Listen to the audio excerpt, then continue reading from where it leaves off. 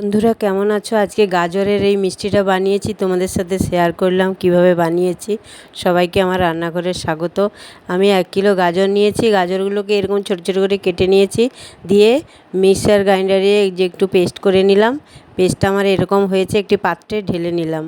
এবারে কড়াই বসিয়ে দিয়ে আমি ঘি দিলাম, 1 চামচ মতো ঘি দিয়েছি। এবারে গাজরের পেস্টটা ওর মধ্যে ঢেলে নিলাম। এবারে ভালো করে একটু খুন্তিয়ে নাড়িয়ে চাড়িয়ে একটু সেদ্ধ করে নেবো। এবার ওর মধ্যে সামান্য একটু ময়দা দিলাম, একটু নারকেলের গুঁড়ো, আর চিনি, আর এলাচ, আর আমুল দুধ দিয়েছি। আর একবার একটু আমুল দুধ দেবো। এই যে আমুল দুধ দিলাম, দিয়ে একটি মণ্ড বানিয়ে নেবো।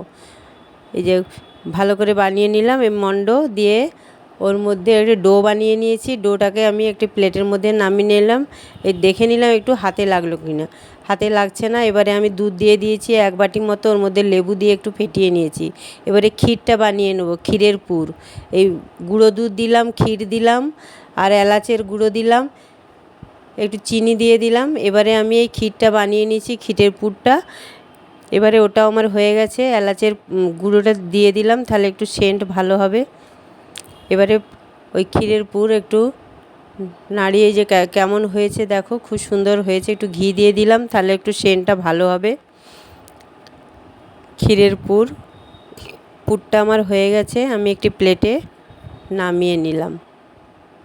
এবারে পুরটা নামিয়ে নিয়েছি।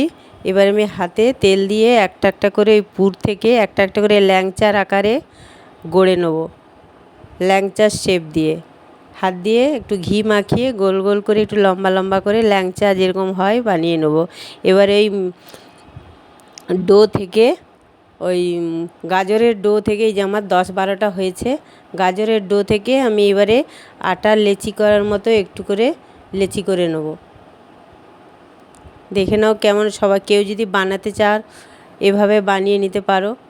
এবারে আমি ভালো করে একটু আটার যে রুটি বানাই ওরকম করে সুন্দর করে একটা লেচি করে এবারে রুটির মতো বেলে নেবো।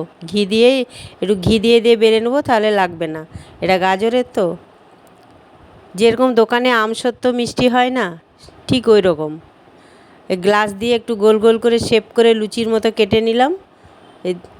এরকম করে 10-12টা আমার হয়ে গেছে। এবারে ওই যে ক্ষীরের যে ল্যাংচার মতো করে ক্ষীরের পুরটা বানিয়ে রেখেছিলাম ওর মধ্যে একটু দিয়ে দিলাম।